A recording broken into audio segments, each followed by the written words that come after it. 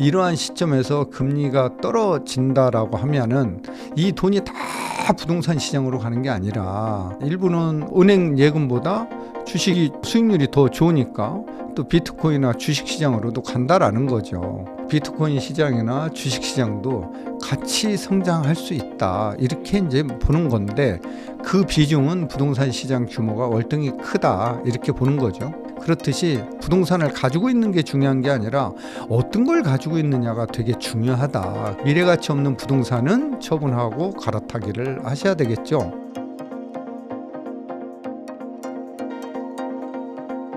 보통 그 금리를 인하하면 부동산 시장에 굉장히 긍정적인 영향?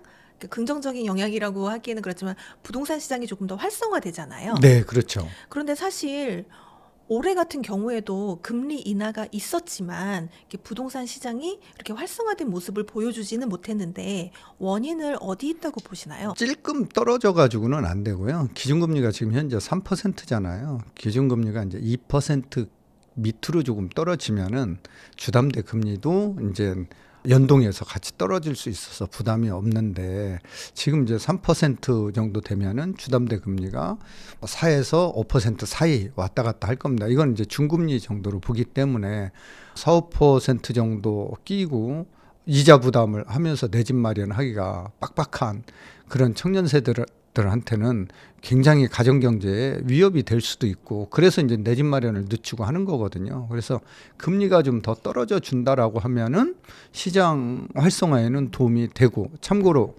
박근혜 전 대통령 탄핵 그런 2016년 시점에 기준금리는 몇 프로였을까요? 1.5%였어요. 네, 그러니까 이제 가격도 안 떨어지고 시장 참여자들이 꾸준히 시장에 참여했다, 이렇게 이제 보는 건데, 뭐 내년에 금리가 인하될 가능성이 상승할 가능성, 또 유지될 가능성보다 훨씬 더 크기 때문에 내년에 내 집 마련, 뭐 지금 내 집 마련 해놓으면은 굉장히 좋은 시점이 아닌가, 이렇게 얘기할 수 있겠네요. 사실 금리가 떨어지고 유동성이 증가하면 부동산뿐만 아니라 지금 사람들이 많이 좋아하고 있는 미국 주식이라든지 또 가상화폐 시장, 이쪽으로도 자금이 많이 몰릴 텐데요. 그러면 그게 부동산 시장에 어떤 영향을 미칠까요? 이게 이제 금리가 떨어지면 은행에 있던, 그러니까 우리가 통화량은 광의 통화 M2 기준으로 보는데, M2가 작년 말 현재 3,904조 원이었어요. 근데 10월 말 기준으로 210조 원가까지 늘었어요. 그러니까 210조 원이라면 굉장한 돈이잖아요. 이런 통화가 지금 늘고 있는데, 통화가 는다라는 것은 실물 자산 가치를 밀어 올릴 수 있고, 자, 그런데 이러한 시점에서 금리가 떨어진다라고 하면은 이 돈이 다 부동산 시장으로 가는 게 아니라 일부는 은행 예금보다 주식이 뭐 수익률이 더 좋으니까 또 비트코인이나 주식 시장으로도 간다라는 거죠. 그래서 비트코인 시장이나 주식 시장도 같이 성장할 수 있다, 이렇게 이제 보는 건데, 그 비중은 부동산 시장 규모가 월등히 크다, 이렇게 보는 거죠. 사실 요즘 미국 주식이나 비트코인 수익률로 봤을 때 이게 부동산이 과연 매력적인가라는 이야기를 하는 이렇게 젊은 세대들도 좀 있는데요. 부동산 여전히 매력적이라고 보시나요? 부동산을 그러니까 어디에 사느냐, 어떤 거 가지고 있느냐에 따라서 틀리죠. 뭐 안 오르는 거 뭐 가지고 있으면은 투자 기간을 한 300년 잡아도 안 올라요. 그러니까 미래 가치 있는 거를 사는 게 좋죠. 우리가 이제 결혼할 때도 누구랑 하느냐가 중요하지 언제 하느냐는 중요하지 않거든요. 그렇듯이 부동산을 가지고 있는 게 중요한 게 아니라 어떤 걸 가지고 있느냐가 되게 중요하다. 그래서 미래가치 없는 부동산은 지금 어떻게 해야 될까요? 처분하고 갈아타기를 하셔야 되겠죠. 그렇다면 어떤 걸 고르느냐도 중요하겠지만 그래도 또 시점도 저희가 안 볼 수는 없잖아요. 부동산 매수하기 적기는 언제라고 보세요? 지금요. 돈이 있을 때. 네, 그래서 이게 이제 미래 가치 있는 거는 이런 거래량이 떨어지고 살짝 조정할 때 미래 가치 있는 건 안 떨어져요. 오히려 신고가가 나오고 있고 그러고 있거든요. 그런데 미래 가치 없는 것들이 뚝뚝 떨어지는 거죠. 그래서 미래 가치 없는 부동산 시장을 일반화해서 가격이 떨어진다라고 보시지 말고 정말 미래가치 있는 이런 부동산들을 좀 보고 우리가 갈아타기나 또 내 집 마련에 참고해야 될 것 같아요. 네, 사실 말씀해 주신 것처럼 지금 이렇게 약간 둔화된 상황에서도 반포나 압구정 같은 경우는 지금 신고가가 나오고 있는 상황이거든요. 이렇게 똘똘한 한 채의 강세가 언제까지 지속될 거라고 보세요? 계속 지속될 것 같은데요. 왜냐하면 이제 우리 지난해 GNI가 36,000불이었잖아요. 부자들은 계속 늘어나는데 이 부자가 되면은 돈을 벌면은 제일 먼저 고민하는 게 나 어디 살지? 우리 애들 어디에서 교육시키지? 이거를 실질적으로 고민한다라는 거죠. 그 지역이 어디냐? 어디가 제일 좋냐? 그럼 교육시키기 좋고 제일 살기 편한 곳이 어디냐? 거기를 꼽았을 때 강남으로 꼽는다라는 거죠. 그래서 강남에 아까 얘기했던 그런 지역들로 많이 이제 수요가 몰리는데 공급은 더 늘릴 수는 없잖아요. 그래서 그 지역들에서는 신고가가 나오게 돼 있고 더 점점 더 신고가 갱신은 할 수밖에 없다. 이렇게 예상을 하는 거죠. 이거는 장기적으로 이제 이건 트렌드가 될 거다 이렇게 보시나요? 양극화가 더 심해질 거다. 이렇게 보는 거죠. 네. 네. 사실 이렇게 신고가가 나오는 단지들은 지금도 가격이 와 정말 비싸다 이런 말이 절로 나오는데 이런 곳이 더 오를 거라고 그럼 보시는 건가요? 제가 2년 전에 12월에 둔천 주공 84제곱미터 12억에 분양할 때, 59제곱미터 10억에 분양할 때, 그러니까 평당 3천만 원 수준이었어요.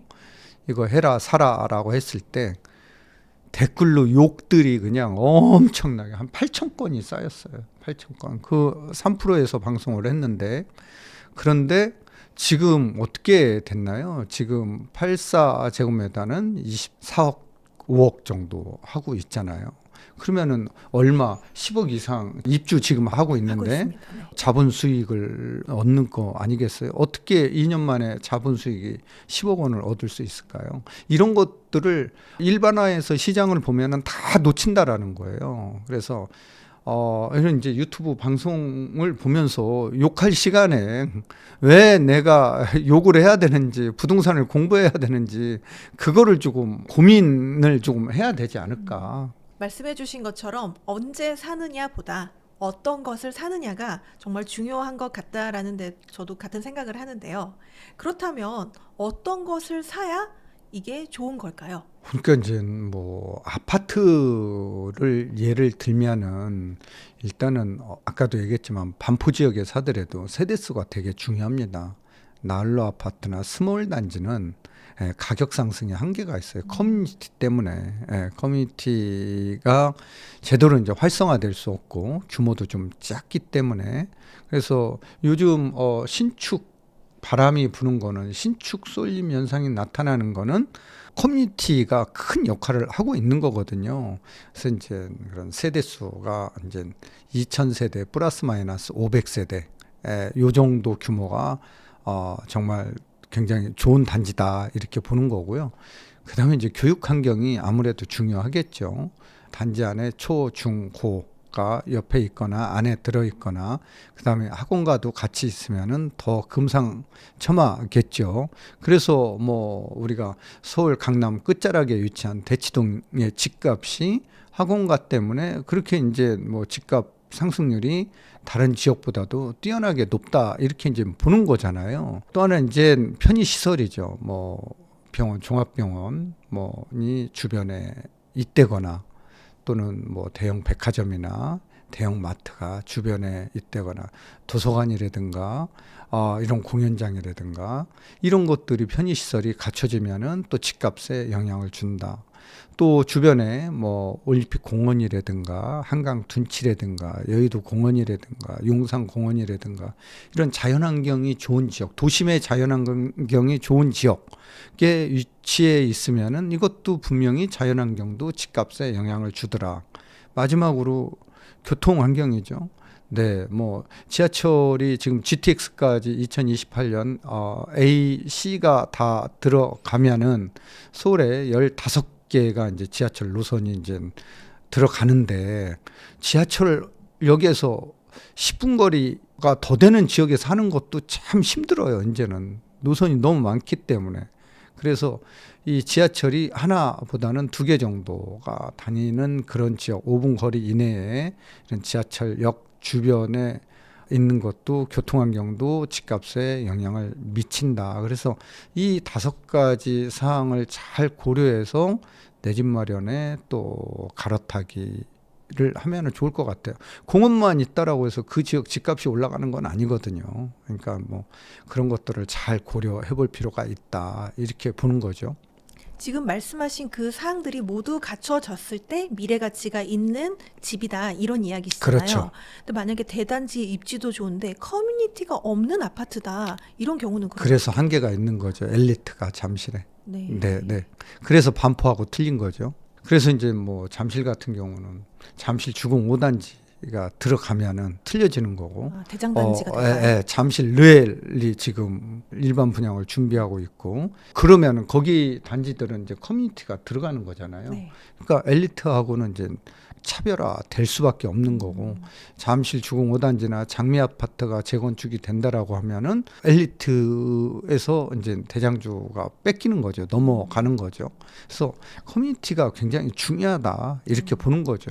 사실 아파트 값이 또 오르는 이유 중에 하나가 또 이 커뮤니티 시설 때문에 오르는 또 영향도 있어서 네. 그렇다면 지금 무주택자나 1주택자가 어떠한 선택을 하는 게 좋을까요?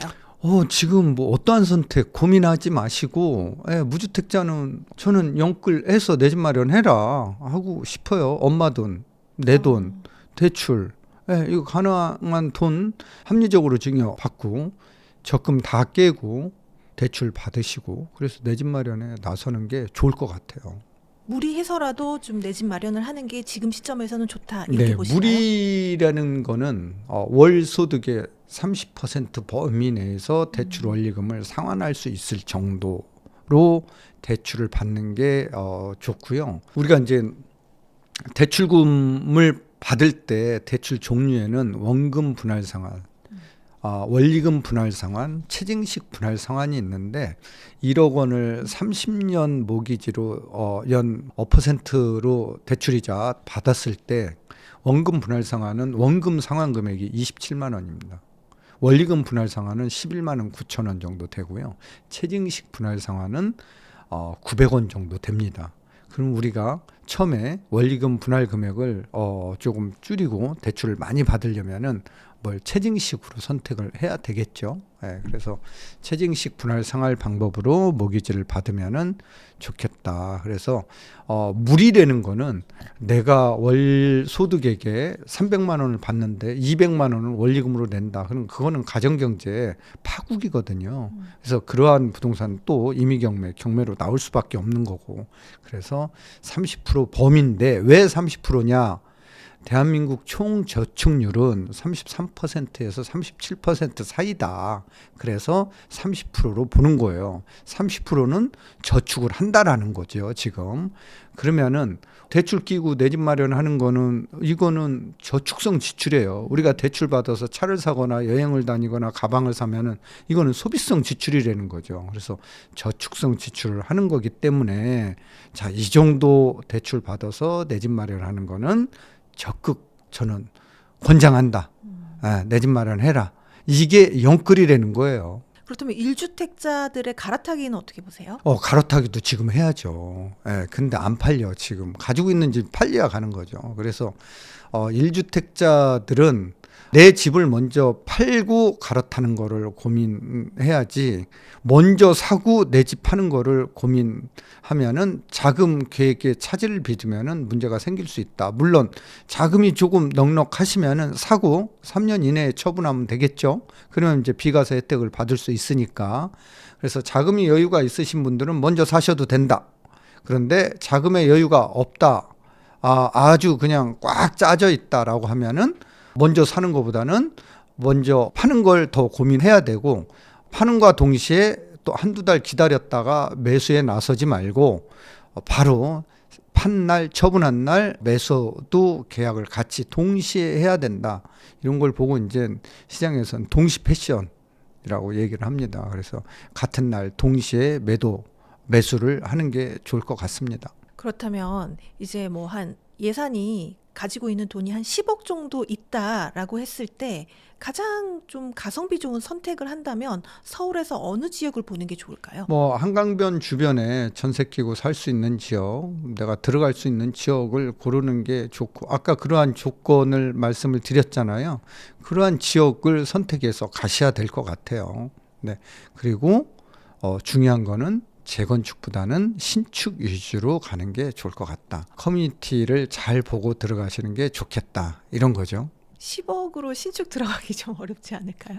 이제 평수가 뭐 15억으로 평수를 뭐 50평, 60평을 기대하면 안 되겠지만, 뭐 강동구로 가면은 그라시움이라든가 명일역에 있는 솔베뉴, 레미안 솔베뉴라든가 이런 것들은 다 가능한 아파트들이 아니겠어요? 네. 그렇다면 10억 정도면은 제가 만약에 집을 구매할 때 대출이나 갭을 어느 정도 끼는 게 가장 안정적인가요? 제가 아까도 말씀드렸잖아요. 월 소득 기준으로 봐야 된다고. 네, 네. 그러니까 뭐 내가 15억이 있다라고 해서 뭐 10억을 이게 아니라 내 소득, 원리금을 상환할 수 있느냐 없느냐, 이 수준을 따져서 내 집 마련에 대출 범위를 정하셔야 된다, 이런 겁니다. 집값의 30% 이거 아닙니다. 그렇다면 이제 사회 초년생들 같은 경우에는 이제 좀 내 집을 마련해야겠다라고 이제 모아놓은 돈이 대부분 한 3, 4억 정도 될 것 같은데 그 정도 금액이면 어느 지역 위주로 좀 보는 게 좋은가요? 노도강을 좀 보셔야 되겠고, 뭐 강서나 강동의 한강변 이런 이제 전세가가 높은 구축을 좀 보셔야 되겠죠. 또 뭐 신축 같은 경우는 소형 사이즈로 신축은 그 정도 있으면 전세가가 높기 때문에 들어갈 수 있는 지역도 있습니다. 마포 같은 경우도. 네. 신축 뭐 또 한번 살펴보는 것도 좋을 것 같아요. 신축도 입지가 좋은 신축으로 봐야 되는 거죠? 그렇죠. 네. 그런 거 잘 따져야 되겠죠. 그래서 공부를 해야 된다는 거죠. 네.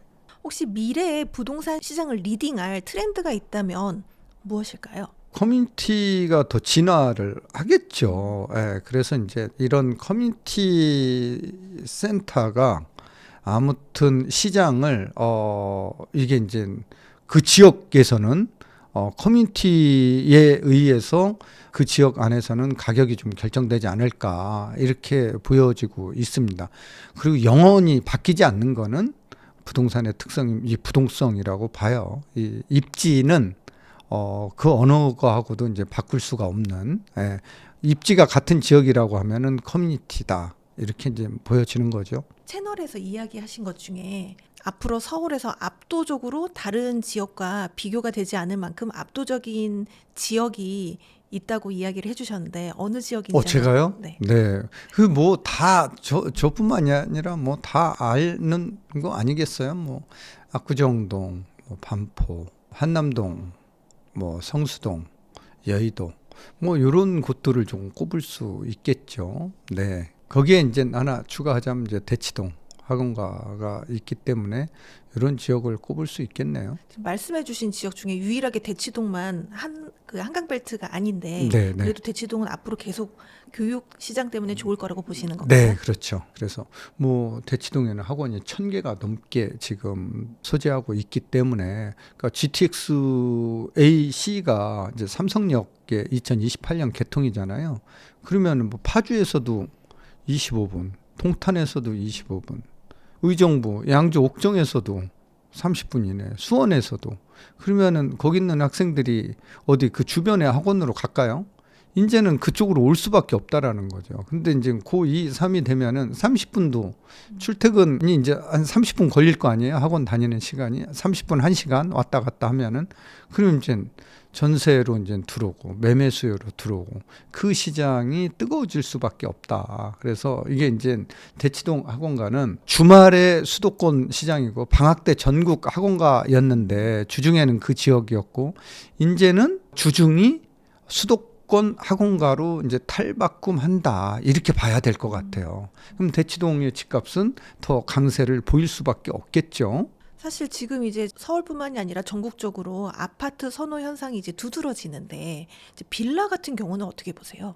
빌라는 전세 사기 여파로 사실은 빌라 수요자들이 대거 이제 아파트로 이동하고 있는 그런 상황이기 때문에 빌라 시장은 침체를 좀 계속 뭐 겪을 수밖에 없는데, 최근에 이제 뭐 빌라 8억 원, 85제곱미터 이하 소유한 사람은 청약시에 무주택으로 본다라는 거잖아요. 그러면은 이제 뭐 빌라 시장이 좋아질까요? 그렇지는 않을 것 같아요. 청약 경쟁률은 올라가고, 그래도 이분은 세금 낼 때는 주택수로 보는 거예요. 네. 그래서 큰 효과는 없을 것 같아요. 그래서 이 시장이 이제 살아나려면은 비주택 시장이 공급자도 수요자도 이 시장에 안심하고 들어올 수 있어야 되는데, 그러면 주택임대차보호법을 개정을 해야 되겠죠. 전세 사기를 사전에 법으로 좀 막아줘야 되겠죠. 무슨 말이냐면은 선순위 권리가 있는 그런 빌라에 대해서는 전세 계약을 못하게 막자라는 거죠. 그래서 월세만 가능하게 하고, 그러면 선순위 권리가 없는 이런 주택에 대해서는 정말 감정 평가사에 의해서 매매 감정을 하고, 매매가의 50% 내지 40%만 전세 계약을 하게 하고, 나머지는 월세 반전세 계약을 하게 하자라는 거죠. 그러면은 아무래도 전세 사기로부터 조금은 보호받을 수 있지 않나, 이런 거죠.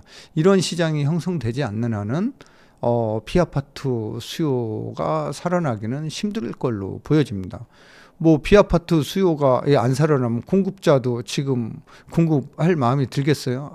하면은 미분양인데. 네, 그래서 그 시장은 당분간 조금 어려울 것으로 보여지네요. 입지가 좋은 빌라의 경우는 어떻게 보세요? 예를 들어서 뭐 강남에 위치해 있다. 강남에 위치한 대치동은 괜찮을 것 같아요. 아, 워낙 수요가 많은 지역이니까. 네, 그래서 저는 이제 대치동 말고는 다 조심하자. 빌라는요? 네, 네, 이렇게 얘기하고 있습니다.